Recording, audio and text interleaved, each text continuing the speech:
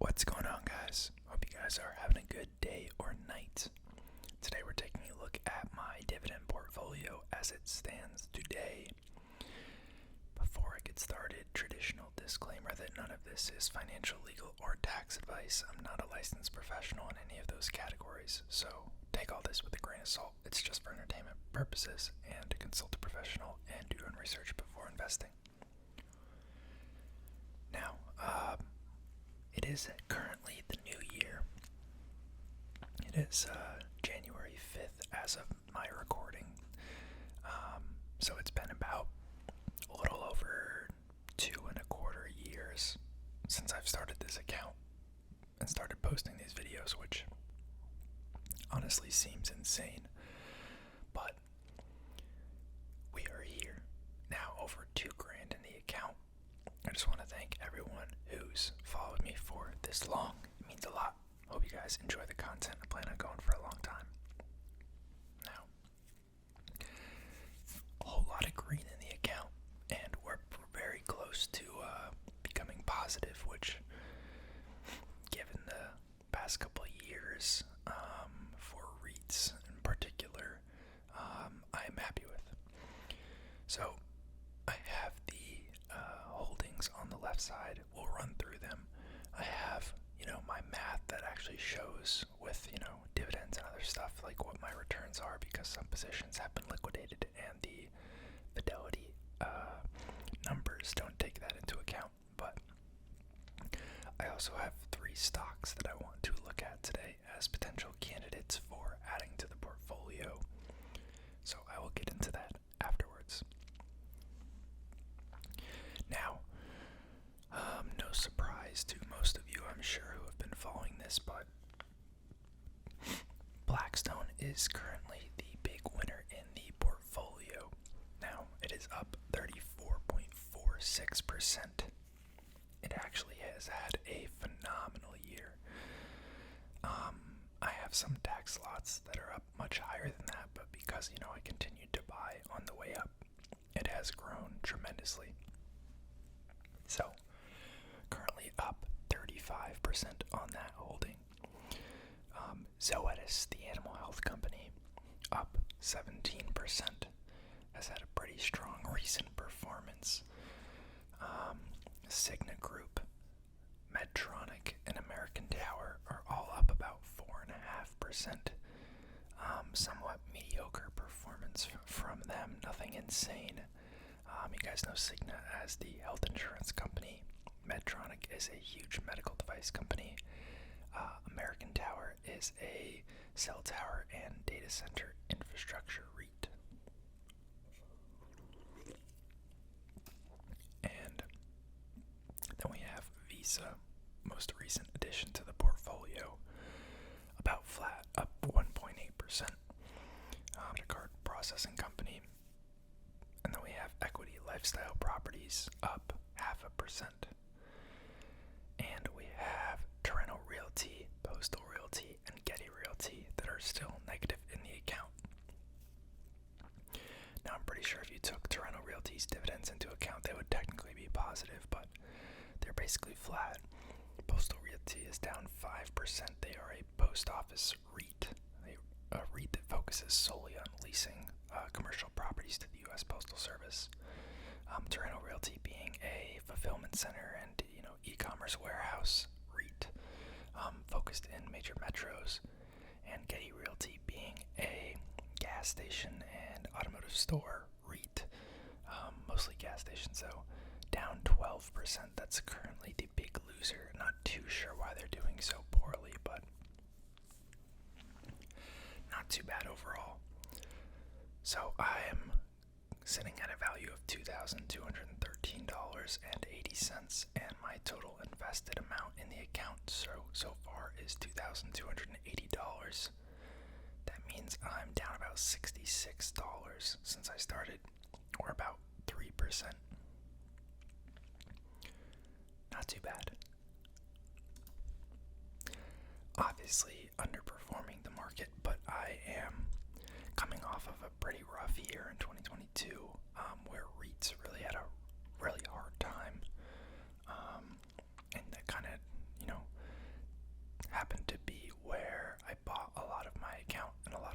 holdings was end of 2021 going into 2022, when it was just a really overall poor market for a lot of the types of stocks that I'm a fan of. Now, these three stocks are stocks that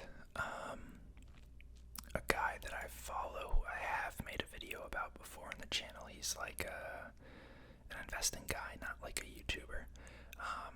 His name is Eddie Elfenbein. He runs a site called the Buy List, and every year at the beginning of the year he releases a list of 25 stocks that he has purchased, and he holds those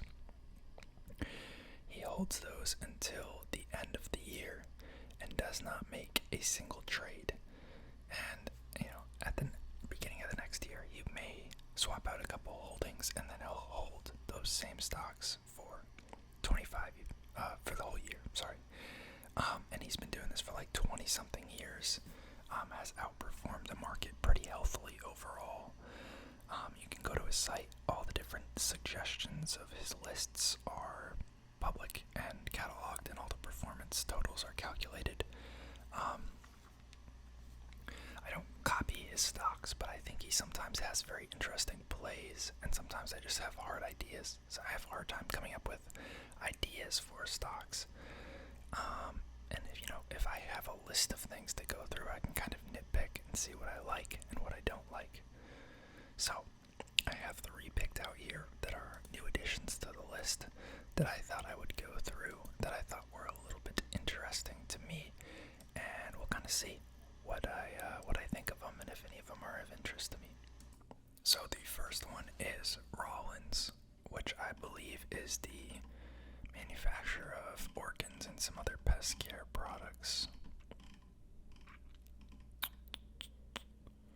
Or maybe Orkin is a competitor product. Let me see what they say here. So it says Rollins, through its subsidiaries, provides pest and wildlife control services to residential and commercial customers in the United States and internationally.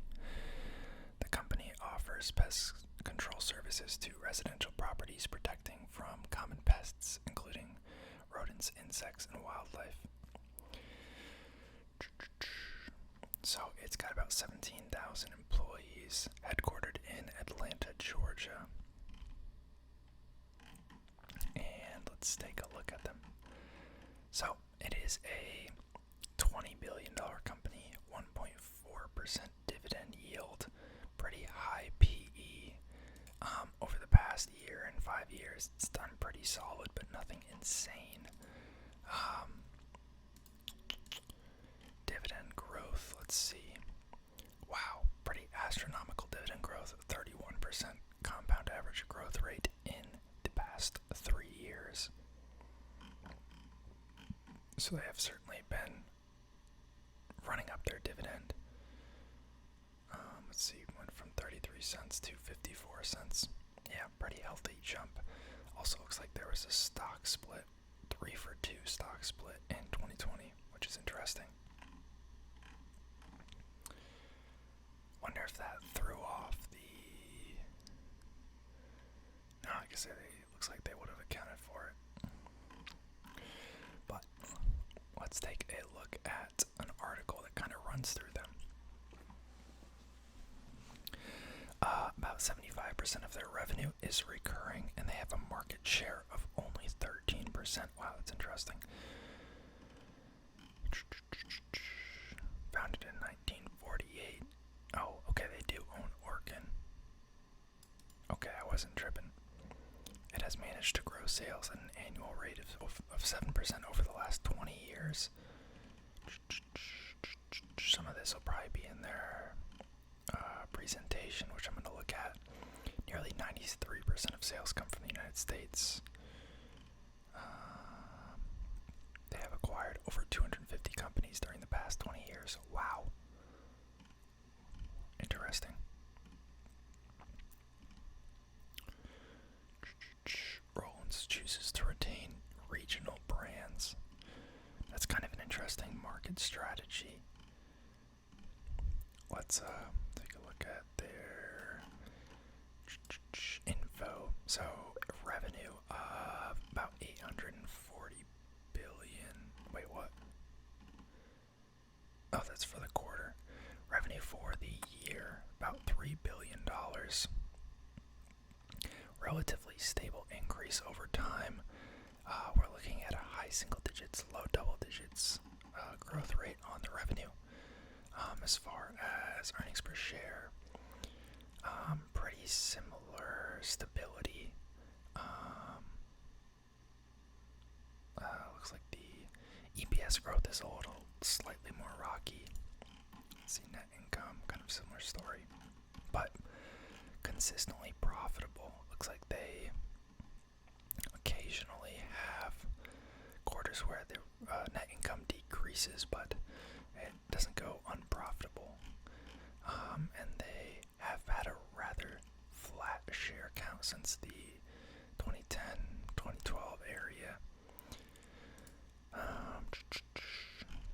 About $2.6 billion in assets and liabilities of $1.53 billion. Not terrible. As far as margins go, pretty consistent in the teens. It actually has been kind of slightly increasing over the past couple of years, which is interesting. Maybe some pricing power there. And if we look at their earnings presentation from this most recent quarter, hopefully we can get a little bit more color. So revenue growth of 15.2%, gross margin of 54%, pretty solid. Adjusted EPS of 28 cents, free cash flow of 121 million. Year-over-year revenue growth, even during the Great Financial Crisis and COVID, it's actually picked up pretty healthily in the past couple of years. They're doing door-to-door, they're meeting with home builders, they're cross-selling brands, they're investing in commercial real estate opportunities. And it actually looks like a decent percentage of their growth comes from acquisitions, which is interesting.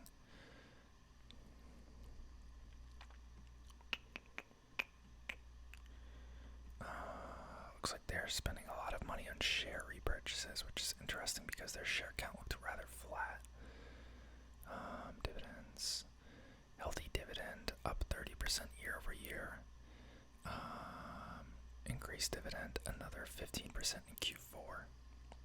4 acquisitions in quarter 3. Yeah, I mean, honestly, pretty strong candidate. Nothing insanely flashy about it, but to be honest, might even like it more than like an Agree Realty, but I'll think on it. Next is McGrath. I didn't know what this was until I looked it up, but it is a company that sounds like focuses on like modular storage and like kind of mobile homes, but for a construction setting. So, McGrath RentCorp rents and sells relocatable modular buildings, portable storage containers, and containment tanks and boxes, which is a very interesting business. I'd never really thought about who sells all of those. You see them on construction sites. They use them as like temporary offices a lot of the time, but it's done very well in the past 5 years. Yield of 1.62%. Market cap of only $2.8 billion, so decently small. Not the cheapest price to earnings, but not bad. Let's see what their dividend growth looks like. Oh my god, go away. Not a ton of dividend growth. Revenue has been increasing, actually. Kind of has picked up in more recent years. Probably has something to do with the, decent construction boom we've seen, especially for commercial. EPS has been actually increasing, but a little weird. Not too sure what the deal is with that. Their share count also seems to be kind of eclectic. I mean, it's not a ton of shares, so I guess it could be swayed based on different things, but a little odd nonetheless. 2.1 billion in assets, 1.2 billion in liabilities, not bad. Margins pretty consistently in the high teens, pretty solid. Gross margins in the mid 40s.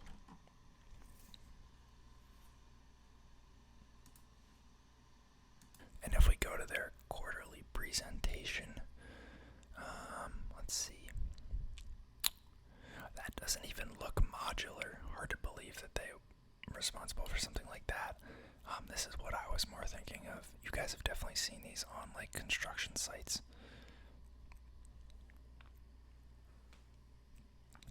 Looks like they made a recent acquisition and then a divestiture of one of their tank rental services.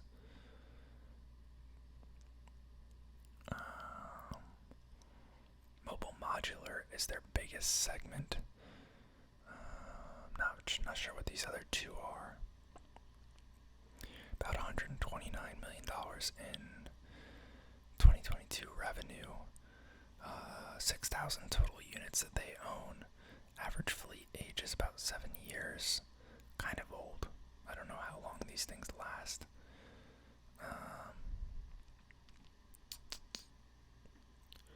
13 states with new geographic coverage, 15 states with increased geographic density. I don't know, this company's not doing it for me. It is definitely unique, I'll give them that. And they have electronic test equipment, just a weird business.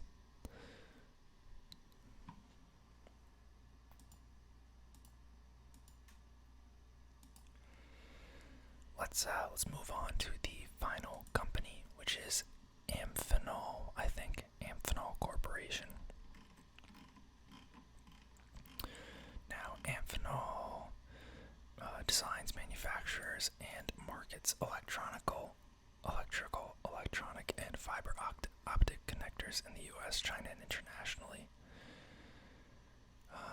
Antennas, coaxial cables, power and specialty cables, sensor and sensor-based products, network infrastructure, circuit boards, hinges, cable management, cable assemblies.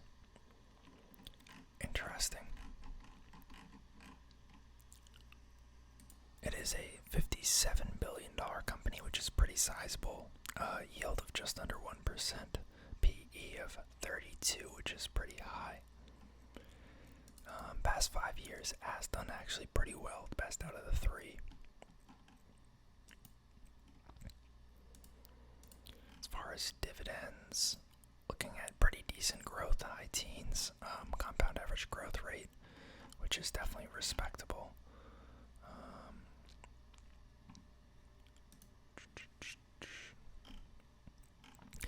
Pretty steadily increasing revenues too, a little cyclical, but pretty good general trend over time.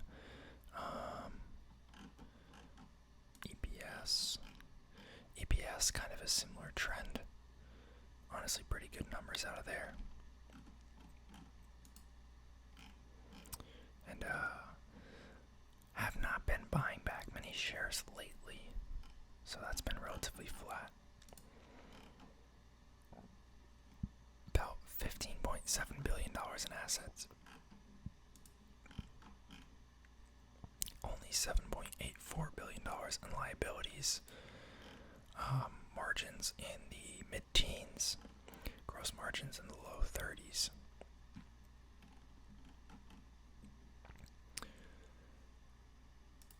And their most recent quarter, they do not have a pretty slideshow, but sales of $3.2 billion for the quarter, down 3%. EPS of 83 cents, up 4%. A couple of acquisitions, it looks like. Increased the dividend 5%. Sales decreased by 3%, driven by moderations in the mobile networks, mobile devices, IT, datacom, broadband, and industrial markets, which were partially offset by growth in the commercial, air, military, and automotive markets.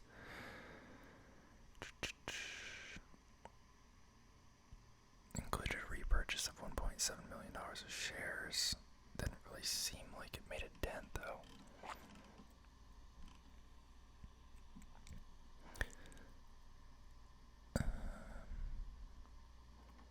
Honestly, nothing crazy here either. I could see the electronic vehicle revolution as well as the kind of data center and AI revolution helping out with electronic and cable sales, but I don't know if that represents a big enough portion of the market to actually move the needle. But let me know what you guys think. I'm going to sit on it. I think the only one that I might consider is Rollins. But let me know what you think down in the comments, and I'll see y'all next time.